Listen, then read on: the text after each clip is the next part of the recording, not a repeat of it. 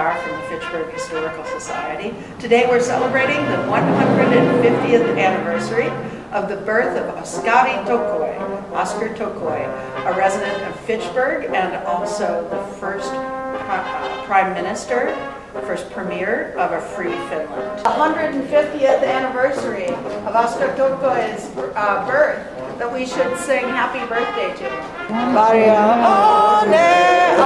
Oskar Tokoi,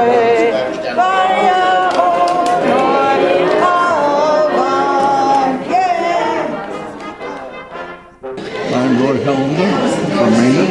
I'm going to talk about Oskar Tokoi today. I was surprised to find out that 150 years have gone by since the birth of Tokoi. I had spoken about him in the centennial year of Finnish independence 6 years ago, and then since then my computer broke and I have a new computer. And so when I was invited to come here, I said, sure, I'll just do the old thing. And it dawned on me, I don't have the old thing. So I sent out a message on the computer to all sorts of people saying, did I ever give you a copy of that speech? And Stan Carroll from Connecticut replied and said, yes, you gave us a copy to give to Tokoi's granddaughter, who is a member of their society. So I got it back from her. I'm going to do that speech just as it was, with maybe a few comments on the side.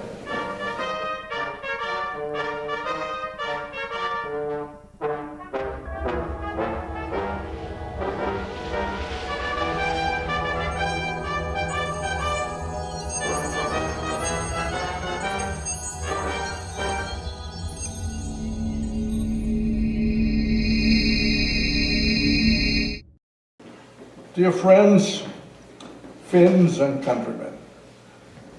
That works for today too, doesn't it? On this auspicious occasion, the celebration of Finland's century of independence, I would like to provide you with a thumbnail sketch of a Finnish emigrant who played a notable role in that independence movement in Finland, and later spent 40 years of his life among us here in New England, in Fitchburg, again occupying an important position here, which had much to do with the fate of his fatherland. And that man is Oskar Tokoi.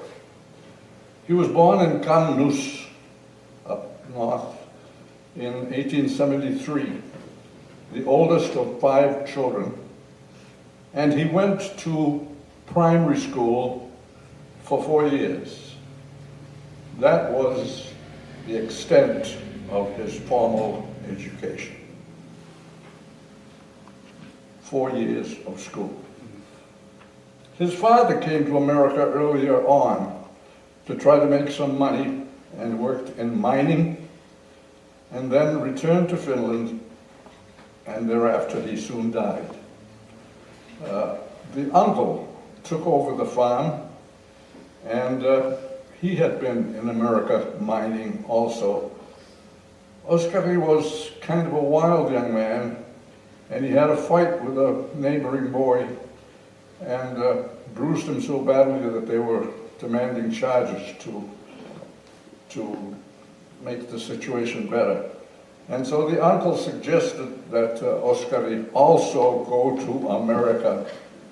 And so this teenaged Oskar, teenaged, sailed to America, got a job in the same mine as his father had, where his father had worked.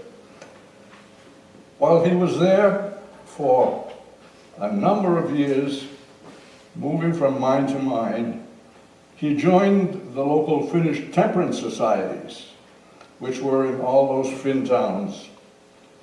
And he soon became an officer of the society, and he learned valuable things about leadership. He went from Idaho to Montana, and he experienced not only the temperance movement, but he learned a great deal about unions and strikes. He finally ended up in Rockland, California, where he met his soulmate, Hanna Reine, and they were married on Christmas Eve, 1897.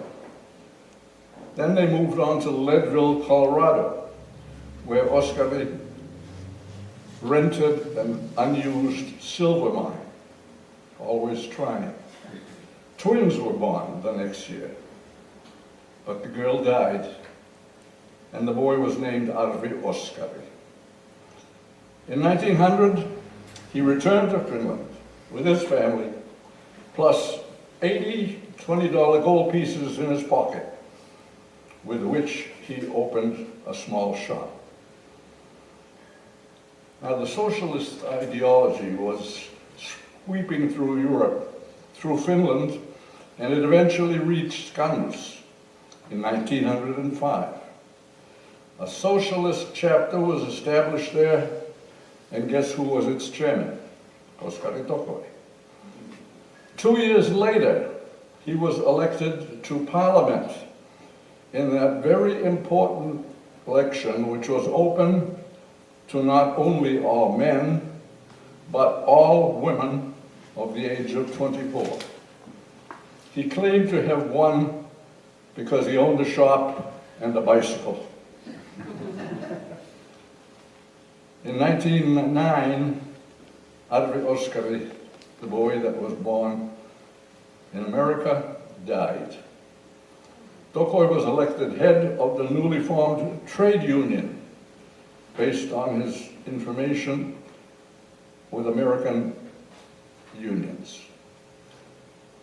Then came the turbulent years, World War I, the Tsar is dethroned, a new Governor General is the name for Finland, things move.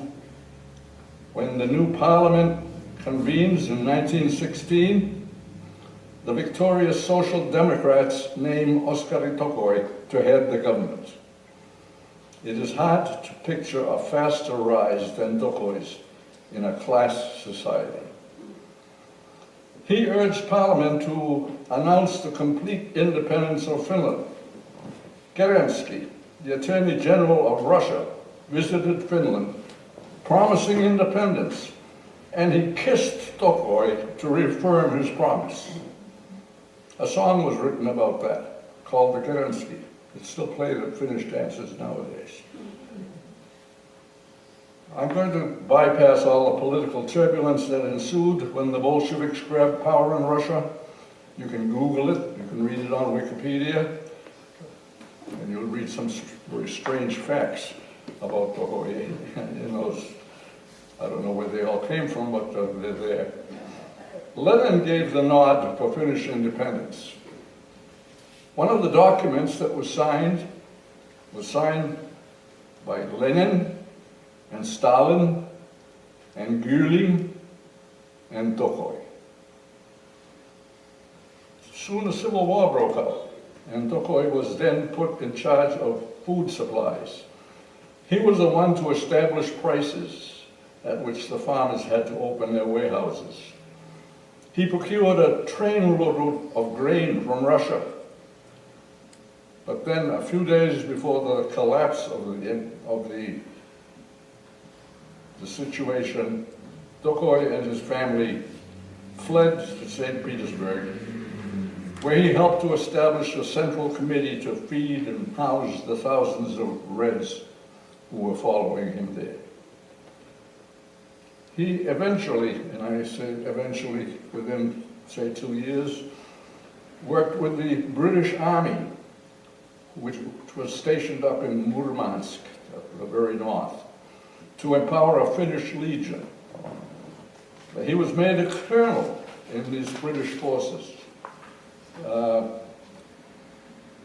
In the Raibires that I have been reading since I got this invitation, on one of the occasions of his birthdays, I don't remember if it was 60 or 70 or 80, there's a very excellent article written by a man who served under him up there in that Finnish legion. And he tells of the fact that Tokoi and his wife and son, and he and his wife lived in the same railroad car. That was their home. Someday, if I feel up to it, I'm going to translate that article just so that we'll have it. Now, a Finnish Communist Party was being created down in Moscow. The year that Tokoi was elected to parliament, back in the beginning of that century, there were two other gentlemen that went in with him who became very influential in Finland's, and it's strange that they all happened to be in the same election, in the same early parliament. And one of them was Ottaville Kuusinen, who now was forming a Finnish Communist Party. And he sent word to Tokoi to show up for the meeting.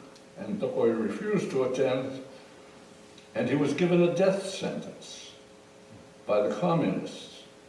This being added to the one that he already had bestowed on him by the victorious white conservatives of Russia. Then World War I ends in 1918, and Tokoi leaves Russia with the British and goes to London. A year later, we find him in Canada, where at a stint of 2 years, he worked as a lumberjack. And then he was approached by the Raivaja newspaper of Fitchburg, Massachusetts, which offered him a job. He arrived here in the United States in September of 21, and on December 30th, he was arrested as a dangerous foreign anarchist. And then over the weekend, on January the 2nd, he was released on bail when no accuser showed up in court. So the local conservative Finns had tattled on him supposedly, but they weren't able to back up their story. In 1921, Hanna and 2 children were allowed to come from Russia to Finland. When he left with the British, she stayed behind with the 2 kids, and now she was able to come over. The other 2 children remained there and were killed in Stalin's 1937 purges. Jonathan Radula, when he was working on this stuff, was able to contact some of the grandchildren who stayed in Russia.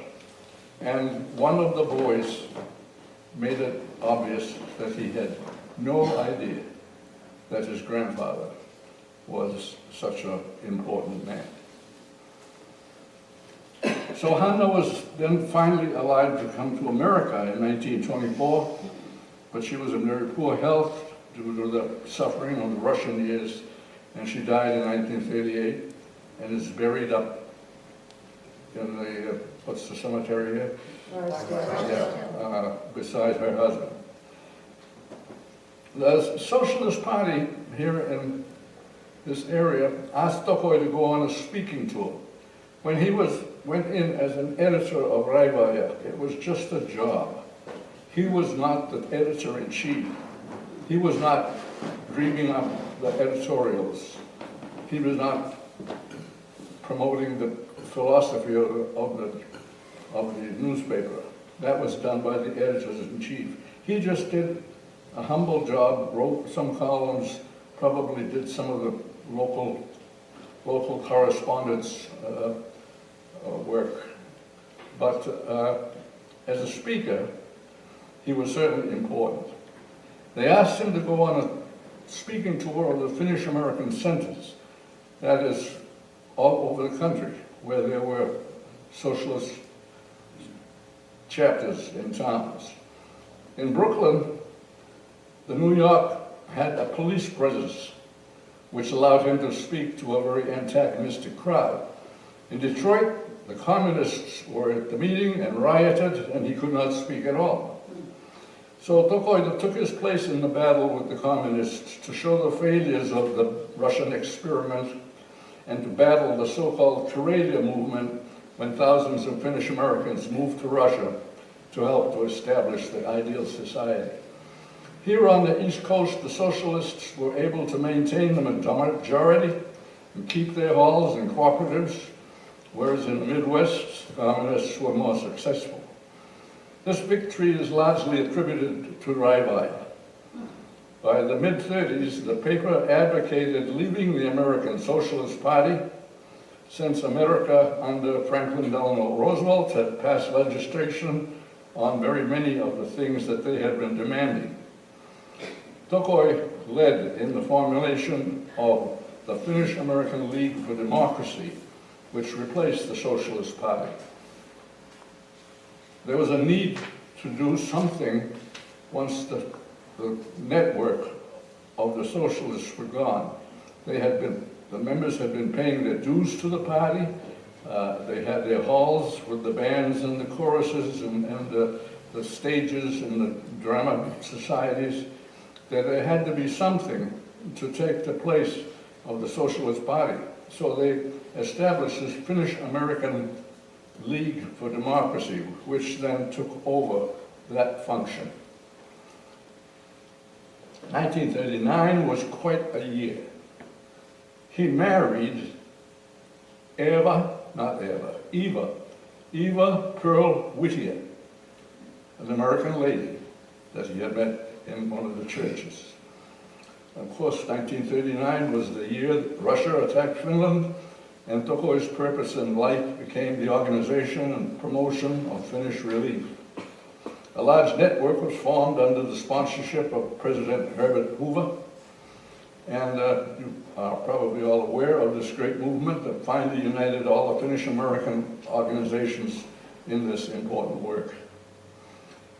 In 1944, as a thanks for Tokoi's part in this project, the Finnish Parliament passed the so-called Lex Tokoi, which pardoned not only him, but any others from any possible accusations stemming from their 1918 activities. So in 1949, the Tokois were invited to Finland, where President Paasikivi praised his relief efforts, claiming that Tokoi had raised millions of marks for Finnish widows and orphans. At the end of that trip, however, Tokoi suffered a heart attack and was prevented from meeting Marshal Mannerheim, although the meeting had been scheduled. He recovers his health at the end of a 4-month stay. That would have been a meeting of meetings.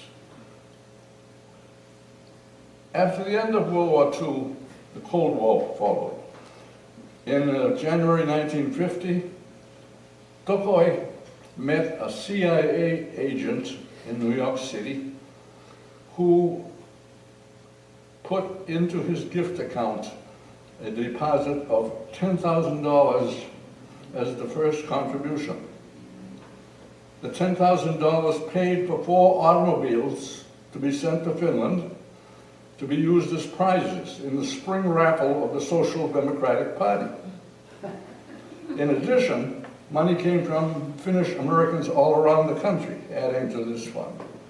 And there was a lot of money from Fitchburg that went there. At the same time, as he was helping the Social Democratic Party, Otto Ville Kuusinen, his buddy from those early years, was in Russia sending money to the Communist Party.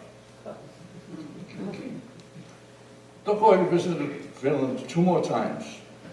In 1957, he spoke at the 50th anniversary of that first unicameral parliament with President Kekkonen in attendance. And this is what he said. I blazed a trail. I broke off to treetops. Thence the way goes now. A new course stretches out for the rising younger generation. May Almighty God bless and protect our land and its people. Then in 1958, at the age of 85, a church city organization in Finland hosted another visit. At this one, he said, "We have sinned not only against the wishes and commandments of God, but against the society in which we live and against our fellow man. We Finns have much for which to ask forgiveness, and there is much to forgive." During his lifetime, he handled large sums of flowing monies, but he did not gather possessions for himself. He spent his last days here in Fitchburg, his medical bills paid by the Finnish government. He died on April 4th, 1963. The funeral was down at the Rollstone Congregational Church. His grave has been visited by Finnish presidents and diplomats ever since. There's a lakeside park in Helsinki called Tokoi's Shore, Tokoin Ranta. There's a Tokoi museum in his hometown. We had somebody from that museum visit both of our organizations some years ago. And then there is a statue up at Sima Park, his hometown in America here. I did send word to the board to make sure that the flowers look good, so that when you visit Sima Park this summer, you might pause at his memorial and hope that everything is fine. He was a humble leader, always with a smile on his face, preaching patience, understanding, negotiation, and commitment. He was a leader in the Finnish American League for Democracy, as I said, president of the Workers' Credit Union, one of the first and largest in Massachusetts. He was appointed the state regent of Massachusetts when Finlandia Foundation was founded. And finally, he was touted during his year of celebration as the first social democratic prime minister in the world. How's that for a man whose life is just a passing moment in Finnish history books? And then that's the speech. And then let me just say a few things about my memories of him. I was born in the town of Maynard, Massachusetts, and brought up at the Finnish Hall, which was a chapter of the Socialist Party until '86, and then Finnish American League. Tokoi was a frequent speaker at many events in the New England area, and I got to hear him. As a youngster, I did not pay much attention to speeches on programs, but I did gain a sense that accepted him as a quiet, humble, thoughtful man who could be trusted. He was not one of the crowd-rousing orators who shouted and gestured to get their message through. Later, when I became a musician in my teens, I was often on the same program with Tokoi, most often at Vappu observances, Vappu being May Day, the European Labor Day. Then I observed him as my friend because he inquired about my life and my goals. We ended up in the same male choir, Laulu Veikot, which was made up of singers from the Finn towns around Fitchburg. He and I sang second tenor next to each other. The choir came to sing at my wedding in 1954 at the Workers' Hall. Unfortunately, there's no pictures of the choir, but the choir makeup included 3 Finnish clergymen who all disappeared following the ceremony before the dancing began, taking the rest of the choir with them. 2 years later, at an event at the same hall, Tokoi came over to my wife and I to admire our son. The baby grabbed his hearing aid as he leaned over to talk baby talk. Through the years, I heard him speak eloquently in support of Help Finland. He was greatly respected by many of the Finns in the more conservative organizations after the Finnish government had passed the Lex Tokoi. I remember particularly his speaking at the Temperance Hall in Worcester, where the people in charge took great pains to explain to the newspaper reporter covering the event that Tokoi was the first premier of Finland. Later, he was a great aid in the formation of Finlandia Foundation, serving as the regent of Massachusetts. When I asked him what he thought of the effort to turn the official language into English, he said he realized that the time had come to work on the third generation of Finns and teach them of the history of their parents and grandparents, and so the language had to be English. He particularly emphasized that the later generations will want to visit Finland, even though the second generation was seemingly not interested. How right he was. When he worked at Raivaya as editor, I often visited there to especially visit Eeli Sulkanen, the editor-in-chief, who was a personal friend of mine through my wife. Sulkanen had pet names for his editors. Henry Kuranen, who was the honorary consul, was simply called Konsul. Jallu Honkanen, who was the organist at the local Lutheran church, was called Kantor, the cantor. And Tokoi was called Senator. I remember also the enthusiastic people at the book cabinets when he signed copies for purchases. There was probably not a liberal household in the area that did not have his two books. So I've been proud in my mature years to promote the works of Oskar Tokoi here in his America years. Speaking at Finland's 100th year celebrations gave me a chance to introduce him to many Finnish Americans who knew nothing about him. So that's that.